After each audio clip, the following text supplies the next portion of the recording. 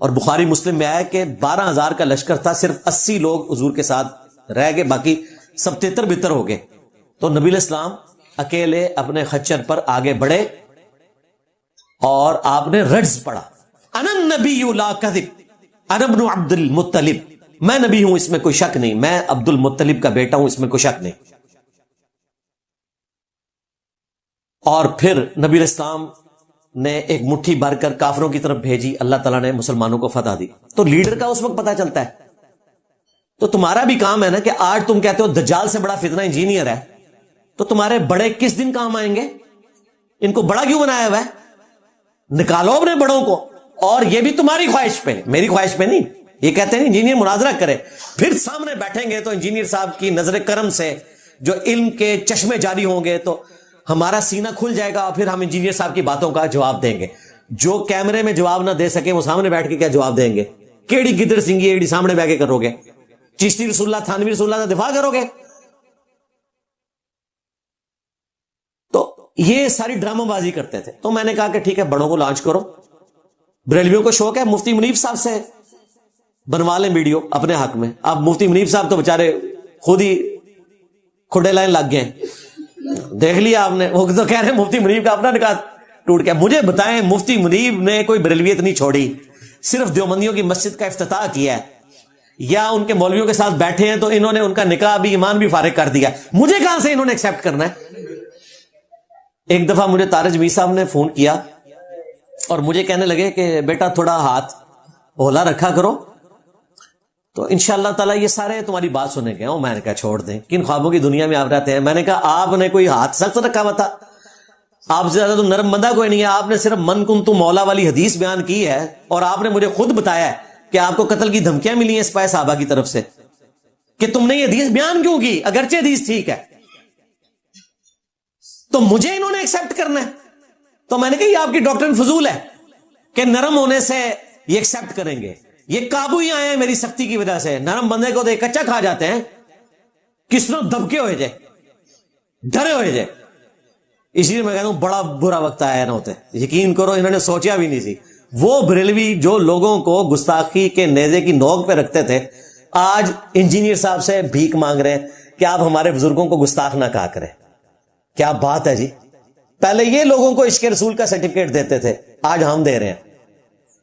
پہلے یہ ختم نبوت کے نام کے اوپر چندے اکٹھے کرتے تھے, آج ختم نبوت کا سرٹیفکیٹ بھی یہاں سے ملے گا. چندے نہیں, سرٹیفکیٹ. چندے ہم آپ کو ہی دیتے ہیں, ہم چندے اکٹھے نہیں کرتے. کہ چشتی رسول اللہ ہو, تھانوی رسول اللہ ہو, یا غلام احمد قادیانی دجال ہو, سب کے سب کو کٹہرے میں لا کے کھڑا کیا جائے گا. تو ہم اس موقع پہ کہتے تھے کہ آپ مفتی منیف صاحب کو لانچ کریں, انہیں کہیں کہ میں ہوں مفتی منیف, اس میں کوئی شک نہیں, بریلویوں کا امام, انجینئر, مجھ سے بات کر. اور یہ بھی ان کی خواہش کے اوپر, مجھے کوئی خواہش نہیں. تقی عثمانی صاحب کو نکالے, اور تیسرے ہمارے ساجد میر صاحب وہ فوت ہو گئے, اللہ کے پاس چلے گئے. ان کے بعد تو مجھے کوئی ان میں اس طرح لیڈرشپ نظر نہیں آ رہی. ابھی حافظ عبد الکریم صاحب کو انہوں نے نامینیٹ کیا ہے, تو چلیں ان سے کوئی ویڈیو بنوا لیں, اور یہ بھی ان کی خواہش کے اوپر. تو یہ میری بات الحمدللہ ان لوگوں نے اب ایکسپٹ کر لی ہے کہ دنیا میں اسی طریقے سے چلا جاتا ہے. ادروائز اگر آپ اس طرح معاملات کو لے کر چلیں گے کہ ہر بندہ اٹھ کے مرنے سے پہلے انجینئر کے خلاف ایک کلپ بنا دے, مرنے سے پہلے انجینئر سے مناظرہ کر لے, اس کا کوئی اینڈ رزلٹ نہیں. بھائی جو تم نے مجھ سے مناظرہ کرنا ہے وہ ویڈیو میں جواب ریکارڈ کروا دو. ویڈیو میں کوئی جواب ریکارڈ نہیں ہوتا, اور جب یہ کرواتے ہیں پکڑے جاتے ہیں. جو کروا رہا ہے وہ پکڑا جا رہا ہے. اور ہم یہی چاہتے تھے کہ ارشاد بھٹی صاحب کے ذریعے, اور یہ ایکٹیویٹی انہوں نے اپنی مرضی سے کی ہے, میں نے نہیں انہیں ورگلایا کہ جی فلاں بندے سے جا کے آپ اس کو تنگ کریں. ہاں ہم نے ہیلپ آؤٹ ان کو ضرور کی ہے, ظاہر ہے جو بھی ہم سے رابطہ کرتا ہے ہم ہیلپ آؤٹ ضرور کرتے ہیں کہ بھی یہ سوال ہیں جو پوچھے جانے چاہیے. اور رہے ان علماء کے سوالات کے جوابات, وہ ہم نے آلریڈی ریکارڈ کروا دیے, اور ان کے سارے اعتراضات لے کر بھٹی صاحب میرے پاس آ چکے تھے. پھر بھی میں نے ان کو آفر کیا ہے کہ ان سب سے ہو کر آپ اینڈ پہ دوبارہ میرے پاس آئیں. اگر کوئی تشنگی رہ گئی تھی تو میں دوبارہ ٹائم دوں گا, اور وہ انشاءاللہ تعالی یہ سب سے ہو کر آئیں گے ادھر دوبارہ. تو یہ جو ہماری ڈیمانڈ تھی یہ انہوں نے الحمدللہ ایکسپٹ کر لی ہے. مناظرے کے پوائنٹ آف ویو سے میری تو خواہش ہے کہ مناظرہ ہو, اس کے بعد آپ کو پتا چل جائے کہ مناظروں میں سے کچھ نہیں نکلتا. جو جدھر لگا ہوا ہے وہ وہیں پر لگا رہتا ہے. اور ان کی آپس میں نفرت کا حال دیکھیں, دونوں بریلوی ہیں, جلالی پارٹی بھی, حنیف قریشی پارٹی بھی. وہ کہہ رہے ہیں خطائی فرقہ خطائیہ جلالی پارٹی کو, اور جلالی پارٹی کہہ رہی ہے رافضی ایجنٹ. دونوں ایک دوسرے کو بریلوی نہیں مان رہے, اور یہ دونوں وہ ہیں جو کہتے تھے ہم نے انجینئر سے فرقہ بریلویہ کے حق میں مناظرہ کرنا ہے. پریکٹیکلی دونوں ایک دوسرے کو بریلوی ماننے کے لیے تیار نہیں ہے, سنی ماننے کے لیے تیار نہیں ہے. لہذا ہمارا جو یہ موقف تھا نا کہ یہ نمائندہ نہیں ہے, ثابت ہو گیا. قریشی صاحب کی جماعت کہہ رہی ہے یہ نمائندہ نہیں ہے, جلالی صاحب کی جماعت کہہ رہی ہے یہ نمائندہ نہیں ہے, اور ہم کہہ رہے ہیں دونوں سے ہی کہہ رہے ہو کہ دونوں ہی نمائندہ نہیں ہو. ثابت ہو گیا نا. اچھا, مناظروں کے حوالے سے ایک بندہ ایسا ہے جس کو میں نے واقعتاً علمی ڈیبیٹ کی آفر کی تھی, اور وہ صرف اس وجہ سے کی تھی کہ وہ اپنی فیلڈ میں بڑا تھا. وہ ہمارے عمران ریاض خان صاحب بھائی ہیں حافظہ اللہ تعالی. چونکہ سارے یوٹیوبرز کو مس گائیڈ وہی کرتے ہیں اور آگے وہ فوج کے اوپر چڑھتے ہیں, اور تکلیف وہ اکیلا لیڈر ہی کاٹ رہا ہے جیل کے اندر. ہاں, اور آپ نے دیکھا یہ جنگ کے دنوں میں اسی عمران ریاض خان نے کیا کہا تھا کہ عمران خان کو پکڑ تو لیا, اب چھوڑو گے کیسے؟ اور کہہ رہا ہے نہیں چھوڑنا نہیں ہے انہوں, میرے ڈالر بند ہو جائیں گے. تو وہ پکا کرتا ہے ان کو کہ باہر نہ نکلے, کیونکہ جس دن وہ باہر آتے ہیں ان کے ڈالر ختم ہو جائیں گے, ان کے پاس کون سی خبر رہ جائے گی. جو لوگ کہتے ہیں اس عید پہ چھوٹ رہے ہیں, اگلی عید پہ چھوٹ رہے ہیں.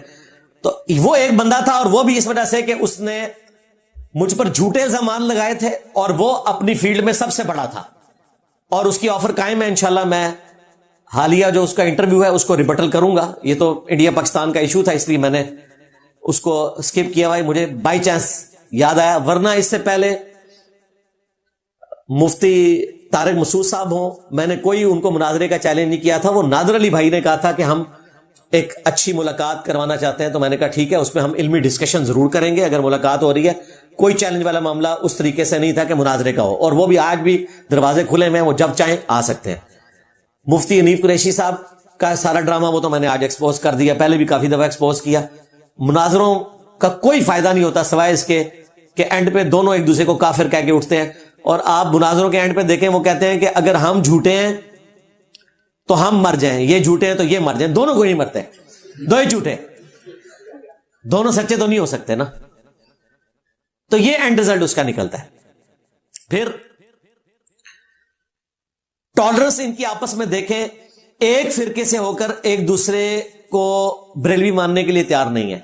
اور ہماری ٹالرنس دیکھیں کہ ہم ان سارے فرقوں کو مسلمان سمجھتے ہیں, ان کے پیچھے نمازیں پڑھنے کے قائل ہیں, انہیں چندہ دینے کے قائل ہیں.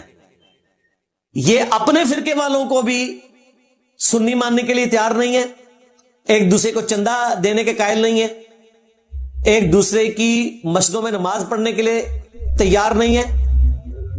اور الحمدللہ ہم نے کوئی چندہ بک نہیں بنائی, کوئی مدرسہ نہیں بنایا, کوئی مسجد نہیں بنائی. الٹا ہم کہتے ہیں ان کے پیچھے نمازیں پڑھو, انہیں چندے دو اور انہی کی خدمت کرو. اس سے بڑھ کر کیا ثبوت ہوگا کہ فرقہ کون ہے؟ فرقہ وہی ہوتا ہے کہ جو اپنی مسجد کو الگ اس بنیاد پہ کرتا ہے کہ ان کے پیچھے ہماری نماز نہیں ہوتی, ان کو چندہ دینا حرام ہے. میں نے بارہا اپنے اسٹوڈنٹ سے, اپنے ان مخاطبین سے ریکویسٹ کی ہے کہ میرا کوئی ایک عقیدہ اور نظریہ ایسا دکھائیں جو آپ کہتے ہیں نا انجینئر نے نیا فرقہ لانچ کر دیا ہے, فرقے کی کوئی ایک برائی میرے اندر ثابت کریں, اور میری کوئی ایک اچھائی اپنے اور اپنے بڑوں کے اندر ثابت کریں. فرقے کی سب سے بڑی خرابی یہ ہے کہ وہ اپنی مسجد لادا کرتے ہیں اس بنیاد پہ کہ ان کے پیچھے نماز نہیں ہوتی. ہم تو کہتے ہیں ساروں کے پیچھے نماز ہوتی ہے, ہم نے مسجد کوئی نہیں بنائی. فرقے کی بڑی خرابی چندہ بک کی شکل میں ہوتی ہے, ہم نے کوئی چندہ بک لانچ نہیں کی ہے. فرقے والے ایسی بکس لکھ کر آپ کے حوالے کرتے ہیں جس کی بنیاد پہ وہ اپنے فرقے کو جنتی ڈکلیئر کرتے ہیں, باقی سب کو جہنمی. ہم کہتے ہیں سارے اپنی کمزوریوں کے باوجود انشاءاللہ تعالی جنت میں جائیں گے, لیکن اپنی سزا بھگت کے. ہم کسی فرقے کو جہنمی نہیں کہتے, یہ اللہ نے فیصلہ کرنا ہے کسی کے ساتھ کیا معاملہ کرنا ہے. تو ان کی کوئی ایک برائی ہمارے اندر نہیں, اور ہماری کوئی ایک اچھائی ان کے اندر موجود نہیں ہے. اور میں نے بارہا علمی چیلنج کیا ہے اپنے مخاطبین کو, اپنے اسٹوڈنٹس کو, کہ ہمارا کوئی ایک عقیدہ اور نظریہ ایسا بتائیں جس میں ہم تفرد کا شکار ہوں, ہم سے پہلے وہ امت میں عقیدہ نہ ہو. غامدی صاحب ہمارے استاد ہیں, انہوں نے کئی ایسی باتیں کی ہیں جو امت میں پہلے نہیں تھی. مثلا انہوں نے پردے کا انکار کیا, داڑھی کے مسئلے میں انہوں نے موقف اڈاپٹ کیا, حیات مسیح اور نزول مسیح علیہ السلام کے حوالے سے انہوں نے موقف اڈاپٹ کیا. تو امت کا ان پر غصہ بالکل حق بجانب ہے. انہوں نے نئے شوشے چھوڑے آ کے. مجھے بتائیں میں نے کون سا ایسا عقیدہ لانچ کیا ہے امت میں جو مجھ سے پہلے امت میں ایگزسٹ نہ کرتا ہو. غامدی صاحب کا ان ساری باتوں پہ رد میں نے کیا ہے. داڑھی کے مسئلے میں آپ تو صرف گالی گلوچی کرتے ہیں نا, میں نے تفصیلاً ایک ایک چیز کا جواب دیا. حیات مسیح اور نزول مسیح کے مسئلے میں, حجاب کے مسئلے میں, کوئی ایک عقیدہ میرا ایسا بتا دے. یہ ضرور ہے کہ میرے کچھ عقیدے ایسے ہوں گے جو اہل حدیث کے پوائنٹ آف ویو سے درست ہوں گے, دیوبند اور بریلویوں کے اعتبار سے غلط ہوں گے. تو یہ تو نہ کہ میں کوئی نیا آیا ہوں. میرے کچھ عقیدے ایسے ہوں گے جو شیعہ کے نزدیک درست ہوں گے, آپ کے نزدیک غلط ہوں گے. تو یہ تو نہ کہ میں نیا آیا ہوں. اگر میں رفع الیدین کے اوپر بات کرتا ہوں تو سنیوں کے علماء کی اکثریت, ائمہ کی اکثریت رفع الیدین کی قائل ہے. امام حنیفہ کو چھوڑ کے باقی سارے ائمہ, یہ سارے 6 کے 6 حدیث کے ائمہ ہوں, امام مالک ہوں, شافعی ہوں, احمد بن حنبل ہوں, سب رفع الیدین کے قائل ہیں. تو میں نے کون سی نئی بات کی ہے؟ اگر میں عقیدہ توحید کی بات کرتا ہوں تو الحمدللہ عقیدہ توحید قرآن میں لکھا ہوا ہے. اہل حدیث بھی وہی عقیدہ توحید بیان کرتے ہیں, اگرچہ وہ حکمت کے تحت بزرگ بابوں کے اوپر ہاتھ ہولا رکھتے تھے, میں پڑھ کے رکھتے نے. ہاں میں کہوں یہ بھی فراڈی ہے جائے, حضرت کہنا چھوڑو انہوں نے, یہ سب یہی کچھ سمجھے. اس کی وجہ سے لوگوں نے توحید قبول کی ہے.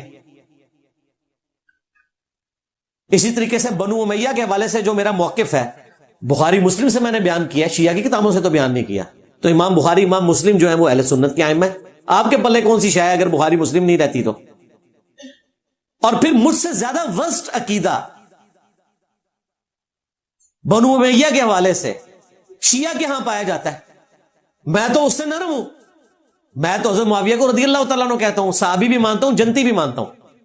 لیکن ان کی غلطیاں اپنی جگہ ہے. خلیفہ راشد کے خلاف ان کی بغاوت جو ہے سیاسی طور پر وہ بالکل غلط تھی. حضرت عمار بن یاسر کی شہادت اور وہ سارے معاملات, اس میں ہم خلفاء راشدین کے ساتھ کھڑے ہوئے. تو میرا کوئی ایک نظریہ ایسا نہیں ہے جو میں نے نیا امت میں لانچ کیا ہو. جو باتیں کر رہا ہوں کسی نہ کسی فرقے میں ہمیشہ سے ایگزسٹ کرتی ہیں. آج تک یہ کوئی میرا عقیدہ نہیں نکال سکے. اگر میں نماز جمع کرنے کی بات کرتا ہوں تو اہل حدیث بھی قائل ہیں, شیعہ بھی قائل ہیں, جواز کی حد تک. ہم بھی علیحدہ ہی پڑھتے ہیں لیکن جواز موجود ہے.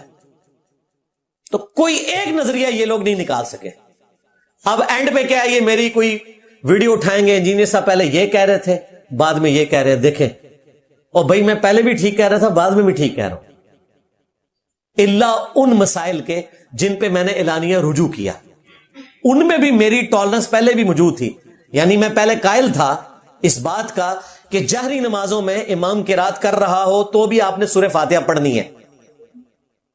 لیکن اس وقت بھی میں نے کہا تھا کہ امام مالک رحمہ اللہ تعالی اور ہمارے استاد مولانا اسحاق صاحب رحمہ اللہ تعالی, ہمارے استاد ڈاکٹر اسرار صاحب رحمہ اللہ تعالی اور باقی کئی ائمہ اس چیز کے قائل ہیں کہ جہری نمازوں میں سن لینا کافی ہے. سرن میں پڑھیں, جہرن جو نمازیں ہیں ان میں آپ سن لیں تو کافی ہے. تو میں نے کہا تھا ان کی نماز بھی درست ہے, یہ فروعی مسئلہ ہے. اب میرا موقف ہے کہ جہرن میں آپ نے سننا ہے, پڑھنا صرف اس صورت میں جب امام سکتے کرے, ادروائز آپ نے نہیں پڑھنا. تو میں نے رجوع کیا. انجینئر محمد علی مرزا کے 10 رجوع ریکارڈ ہیں. دکھائیں تمہارا کون سا مولوی ہے, تمہارا کوئی پرانا امام دکھاؤ جس نے اپنے رجوع ریکارڈ کروائے ہوں کسی کتاب کے اندر. یہ ہمارا جگر ہے کہ ہم ریکارڈ کرواتے ہیں, آپ لوگ تو نہیں کر سکے. اسی طریقے سے میں پہلے اس بات کا قائل تھا کہ مٹھی سے زیادہ داڑھی رکھنا افضل ہے. اب میرا موقف ہے کہ مٹھی سے زیادہ رکھنا کوئی افضل نہیں ہے. مٹھی داڑھی سنت ہے, اگر کوئی زیادہ رکھنا چاہتا ہے جائز ہے, افضلیت والا کوئی معاملہ نہیں. کیونکہ نبی علیہ السلام کی داڑھی مٹھی سے زیادہ نہیں ہوئی. میری مٹھی سے زیادہ ہے, میں کاٹتا نہیں ہوں. میں قائل ہوں کاٹنے کا مٹھی کے بعد, میں تو مٹھی سے پہلے بھی کاٹنے کا قائل ہوں. لیکن میں نے اس معاملے میں نرمی اختیار کی. پہلے میں قائل نہیں تھا کہ مزارات کے اوپر جایا جائے. اب میں قائل ہوں کہ آپ مزاروں پہ جائیں اور وہاں بلند آواز سے کہیں کہ یہاں جو بابا جی دفن ہیں ان کے اگلے پچھلے چھوٹے بڑے جو یہ چھپ کے کرتے رہے, جو اعلانیہ کرتے رہے, وہ سارے گناہ اللہ معاف کر, ان کی قبر میں کیڑے نہ پڑے, یہ دعا کریں. جائیں. میں نے اعلانیہ رجوع کیا. لیکن میری وہ سٹیٹمنٹس جو میں نے دونوں مواقع کے اوپر صحیح بولی ہوئی ہیں وہ کنٹراڈکٹری نہیں ہے. وہ آپٹیمل سولوشن اس کا تلاش کیا جائے گا. جس طرح قرآن حکیم میں اکا دکا نہیں درجنوں سٹیٹمنٹس ہیں جو آپس میں ٹکراتی ہیں, اس کی تطبیق کرتے ہیں پھر مفسرین کہ یہ کس کانٹیکسٹ میں بات ہوئی ہے, یہ کس کانٹیکسٹ میں بات ہوئی ہے. 180 ڈگری سٹیٹمنٹس ہیں قرآن حکیم میں. اگر یہ قرآن کی آیات نہ ہوتی اور میں نے بولا ہوتا تو انہوں نے کلپ بنا دینا تھا. اس طرح کلپ نہیں بنتے بھائی, آؤٹ آف کانٹیکسٹ چیزیں کاٹ کے. بیک وقت دونوں باتیں 180 ڈگری بھی درست ہو سکتی ہیں, وہ کس کانٹیکسٹ میں بات ہو رہی ہے. مثلا ایک مثال میں آپ کو موٹی سی دے دیتا ہوں. سورہ الشورى میں اللہ تعالی نے فرمایا انکا لتہدی الی صراط مستقیم, بے شک اے محبوب صلی اللہ علیہ وآلہ وسلم آپ ضرور بالضرور لوگوں کو ہدایت کے راستے کی طرف رہنمائی کرتے ہیں. اور یہ ہمارا بنیادی عقیدہ ہے. اگر کسی کا یہ عقیدہ نہیں ہے تو مسلمان ہی نہیں ہے. ہمارے ہادی ہمارے مرشد کون ہے؟ محمد رسول اللہ صلی اللہ علیہ وآلہ وسلم, جن کی قبر مدینے میں ہے. الحمدللہ قرآن نے بالکل واضح بتایا کہ نبی علیہ السلام بالضرور ہدایت کی طرف رہنمائی کرتے ہیں. لیکن سورۃ القصص میں جا کے اللہ تعالیٰ نے فرمایا انکا لا تہدی من احببت ولکن اللہ یہدی من یشاء. اے نبی بے شک تم ہدایت نہیں دے سکتے اس کو جس سے تم محبت کرتے ہو, بلکہ اللہ جسے چاہتا ہے ہدایت دیتا ہے. 180 ڈگری. سورہ الشورى میں آیا انکا لتہدی, لام کے اوپر زبر آئے تو تاکید, بے شک انہ بھی آ چکا, بے شک ضرور بالضرور تم ہدایت دیتے ہو. اور سورۃ القصص میں کیا آیا انکا لا تہدی, بے شک تم ہدایت نہیں دیتے. اب کلپ کٹے گا. مولوی دیکھیں نا آپ نے, کئی مولوی ہیں بریلوی دیوبندی اہل حدیث, وہ جی سے پہلے یہ کہہ رہے تھے, ایک لیکچر میں کیا نہیں یہ کہہ رہے ہیں, وہ دونوں جگہ سے ہی کہہ رہا ہوں. اللہ تعالیٰ بھی دیکھیں سورہ شورى میں یہ کہہ رہا تھا اور سورہ القصص میں یہ کہا انکا لتہدی اور انکا لا تہدی. 180 ڈگری سٹیٹمنٹ. تو اس کا جواب پھر کیا ہے کہ جو اللہ تعالیٰ نے ہدایت کے حق میں بات کی وہ اس اعتبار سے کی کہ نبی علیہ السلام ہدایت کی طرف بلاتے ہیں. نبی ہی ذریعہ ہے اللہ اور مخلوق میں ہدایت کو تقسیم کرنے کے پوائنٹ آف ویو سے. اور جہاں نفی آئی وہ اس چیز کی نفی آئی کہ نبی ہدایت کی دعوت تو دے گا, لیکن اگر کوئی شخص ہدایت قبول نہیں کرتا تو نبی زبردستی اسے مسلمان نہیں کر سکتے, کیونکہ وہ خود جہنم کمانا چاہتا ہے نا. تو ہدایت اس کائنات کی سب سے قیمتی چیز ہے, یہ اس کو ملے گی جو کوشش کرے گا, اور جو کوشش نہیں کرے گا اس کے لیے ہدایت نہیں ہے. لیکن یہ ساری تفصیلات کیا قرآن میں بیان ہوئی بھی ہیں اس طرح بریکٹیں لگا کے؟ نہیں. قرآن میں تو بالکل 180 ڈگری سٹیٹمنٹ ہے, انکا لتہدی اور انکا لا تہدی. اب اللہ کا کوئی کلپ کاٹے گا نہیں, ایکسپلینیشن دیں گے, اور وہ ایکسپلینیشن مفسرین دے رہے ہوں گے قرآن کی پوری تھیم کو دیکھ کر. اس طریقے سے میری اگر 180 ڈگری سٹیٹمنٹس آئیں گی تو میری پوری تھیم کے ساتھ جو میں نے پوری ویڈیوز کے اندر بیان کی ہوئی ہیں اس کی روشنی میں علماء کرام نے اس کی تفسیر بیان کرنی ہے. اپنا لقمہ میرے منہ میں نہیں ڈالنا کہ میں کیا بات کر رہا تھا. تو میجورٹی کیسز میں دونوں سٹیٹمنٹس اپنی جگہ درست ہوتی ہیں. آج میں وہ قرآن حکیم کی ایک آیت پڑھ رہا تھا سورہ طٰہٰ میں. اللہ تعالیٰ فرماتا ہے کہ جو لوگ ہدایت سے برگشتہ ہیں نا, قیامت کے دن ہم انہیں اندھا بنا کر اٹھائیں گے. تو انسان کہے گا کہ اے اللہ دنیا میں تو میری آنکھیں تھیں, یہاں تو نے مجھے اندھا کیوں کر دیا؟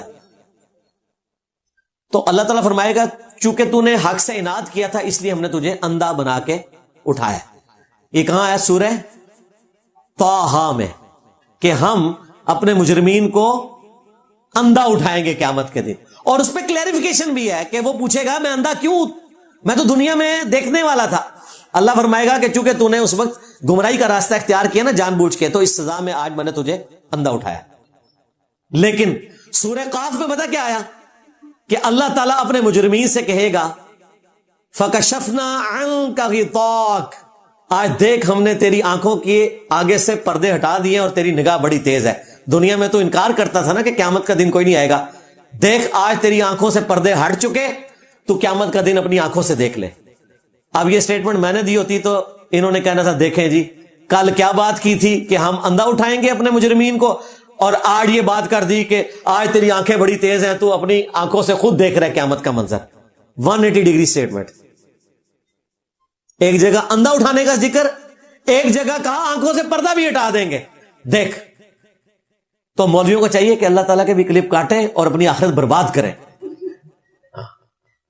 اس کی پھر وہ تفسیر بیان کریں گے, ایسی ایسی کلبازیاں کھائیں گے سمجھانے کے لیے کہ آپ حیران ہوں گے.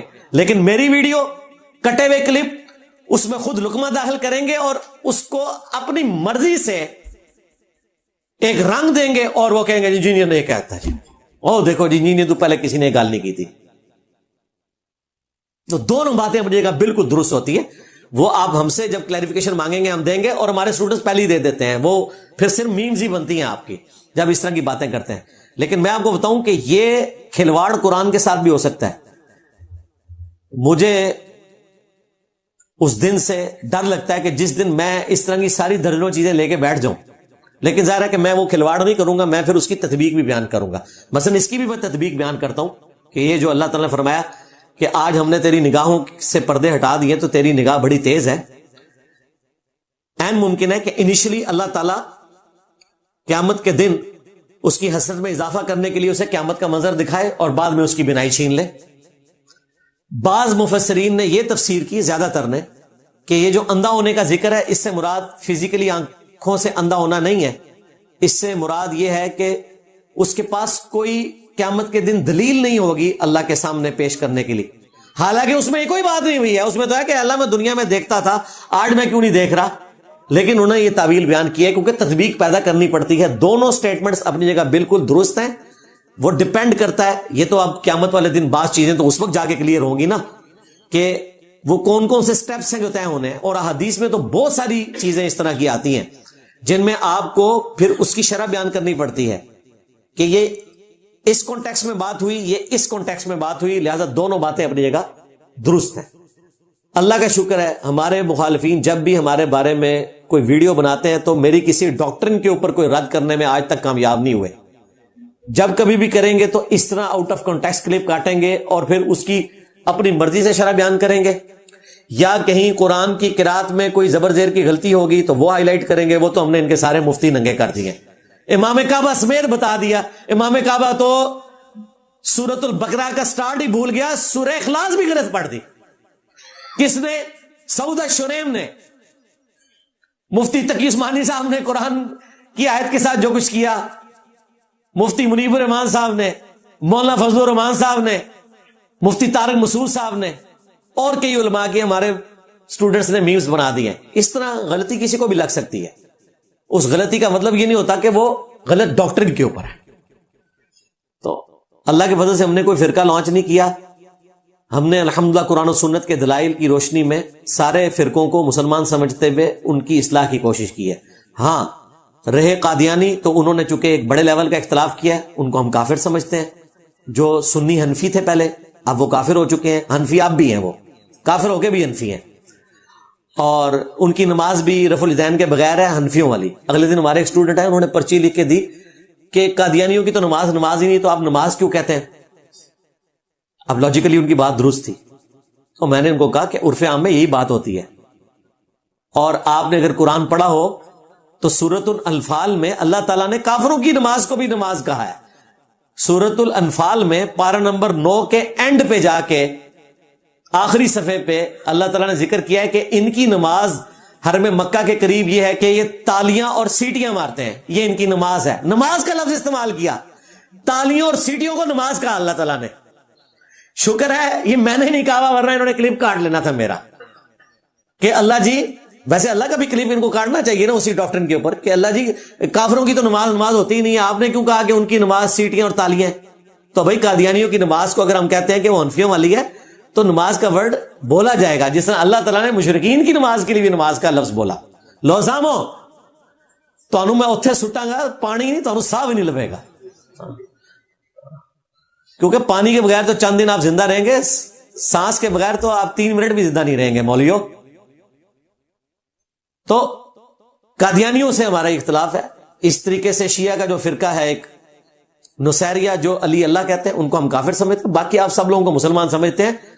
اور اللہ کا شکر ادا کریں کہ ہم آپ کو مسلمان کہتے ہیں، آپ کے پیچھے نمازیں پڑھتے ہیں، آپ کو چندے دیتے ہیں. ہم نے اپنے اسٹوڈنٹس کو وائلیٹ نہیں کیا، اگرچہ آپ ہمارے اسٹوڈنٹس کے ساتھ مس بہیو کرتے ہیں، لیکن ہم نے ان کو پیسو ریزسٹنس ہی سکھائی ہے.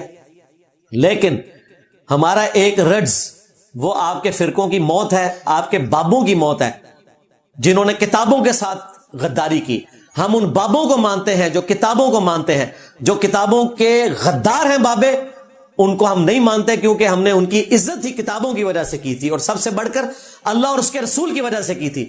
جنہوں نے اللہ اور اس کے رسول کے ساتھ غداری کی، عز وجل و صلی اللہ علیہ وآلہ وسلم، سواریاں مکے اور مدینے کی آوازیں لگا کر سوار کی، لیکن پھینکی بغداد میں، اجمیر میں، بریلی میں، دیوبند کے اندر، اور دین کے نام کے اوپر جدادیں بنائیں، لیکن دین ان کو اپنے بابوں کا بتایا. ان کا علاج ہمارا ایک رڈز ہے. کون سا؟ میں نبی سا ہے ہی کوئی نہیں، تیرے بابے تھے، شیعہ ہی کوئی نہیں. صلو علی محمد و آل محمد، اللہم صلی علی.